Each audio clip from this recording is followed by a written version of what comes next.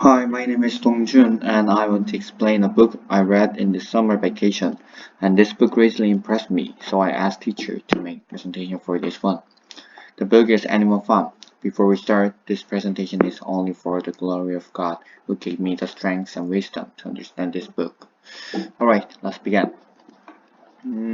First, the author of Animal Farm is George Orwell. He is an English person, but he was born in India in 1903. And his characteristic is that he had worked in Myanmar as a policeman for 5 years.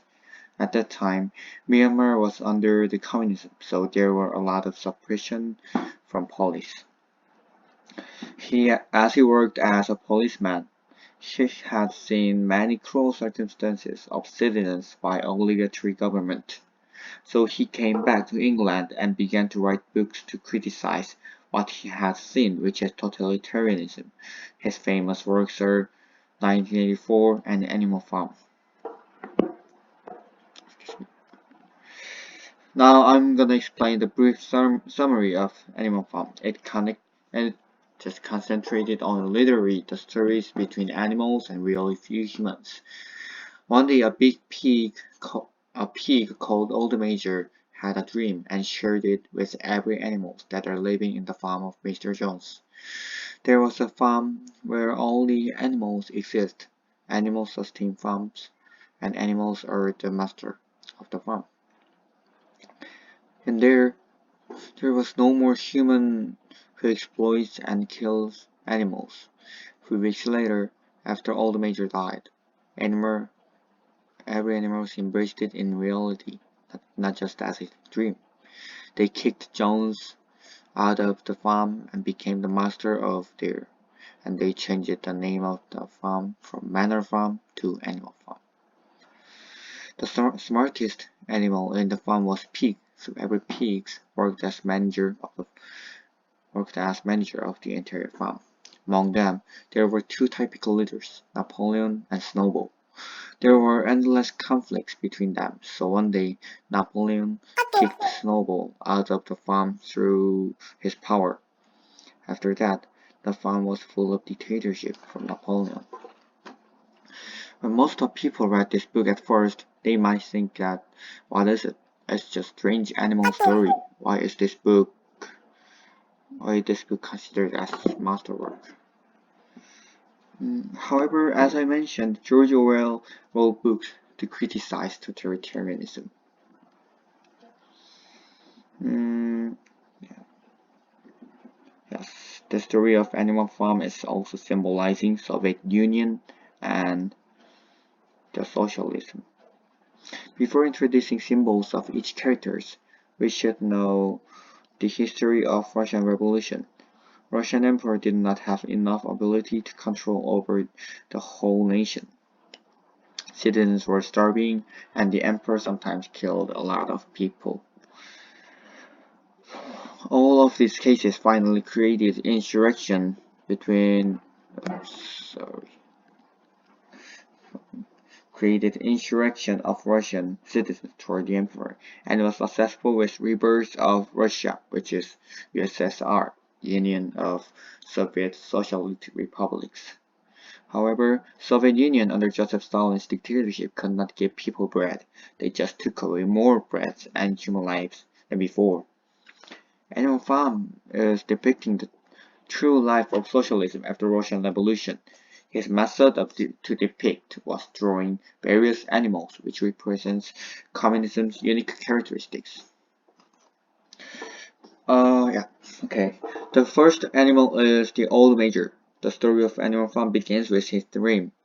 In his dream, there is no human in farm, and every animal faced happy life with rich food. So the old major told his dream to every animal in the farm. They are all fear they are all fears toward his dream, and they began to wait that word. Dream means idealism, which cannot be reality. And the old major means Karl Marx. The creator, the Karl Marx is also the creator of Marxism. Marxism is the beginning of socialism, and it pursues the country for labors, not only for individual profit, but also for all community. The ideal society which is dream of Marxism is every citizen's happiness through equal quality of food and lands. But one thing we have to know that it is just idealism of socialists, which is impossible to actualize.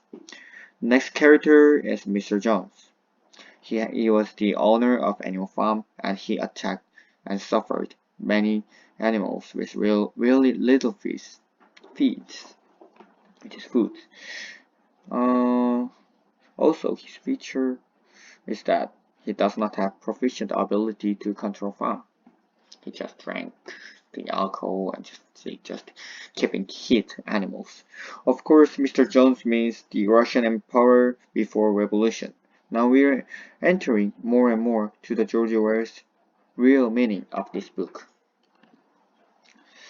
Next animal is Napoleon. He is dictator of the entire animal farm. He killed animals and exploited them to build windmill.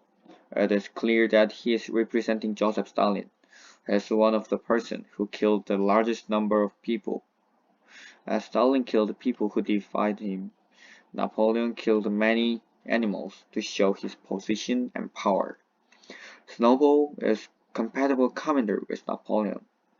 When Snowball was receiving many animals advocates, Napoleon kicked him out through strong dogs, and Napoleon made sedition that every causes of bad accidents in animal farm is Snowball. This story is almost same with circumstances in Soviet Union. There was also a person who competes with Stalin. His name is Leon Trotsky. Finally, Trotsky was kicked out by Stalin's power, and in Russia, he was called the enemy of public. Okay, the next animal is Squealer. Squealer is also a pig who is under Napoleon. Every time when there are bad events or evil dictatorship of Napoleon, Squealer stood up in front of every other animals and persuaded them through pretext or giving them fear. Squealer's speeches always make animals think that, yes, I think Squealer's saying is also right. Napoleon's actions are appropriate. Squealer represents mass media and society through informing something based on specific political party. The mass media can lead people to think in specific ways, as if Squealer did. Squealer's another unique activity is that he often changed the law secretly when Napoleon fled from the law. It means king over the law of communism. In communism, citizens active in defenses of law, but only the king, which is dictator, can get out of the fence.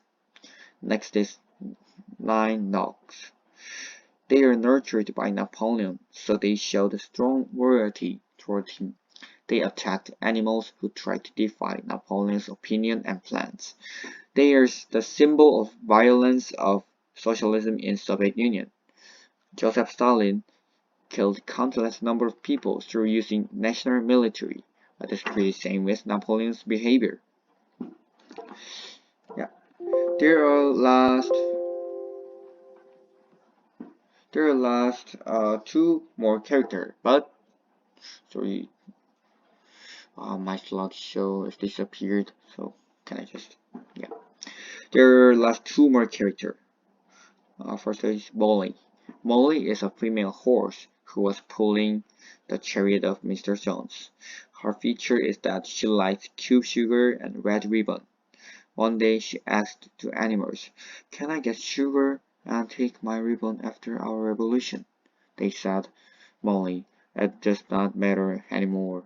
Our freedom is much more valuable than those things." However, after the revolution, Molly ran out of the farm, and she chose to pull the chariot again for her cube sugar and ribbon.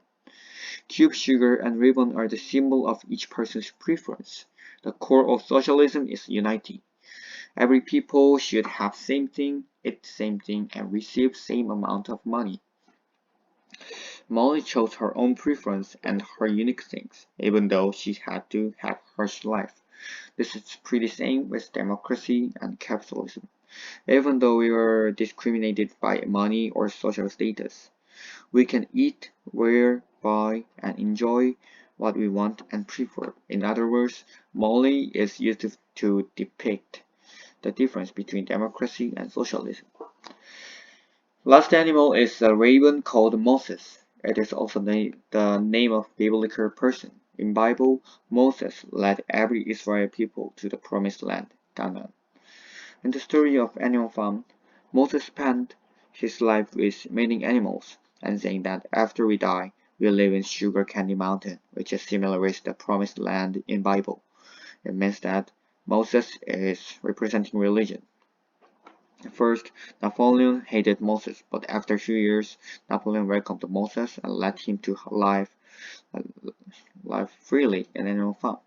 So Moses always spent his life with saying Sugar Candy Mountain. The reason why Napoleon let Moses free is that, as Moses said, promised land after the death of animals, many animals can endure the pains and exploitation from Napoleon in the real world. What I said in this presentation is just a quarter of George Orwell's hidden symbols of the animal farms. He hid them in every event and quotes. When I read this book at first, I was really confused by the meaning of this book. However, after I learned the themes of this book, I could see countless hidden meanings of each pages. I recommend for everyone to enjoy this book with solving that puzzle. Thank you for listening.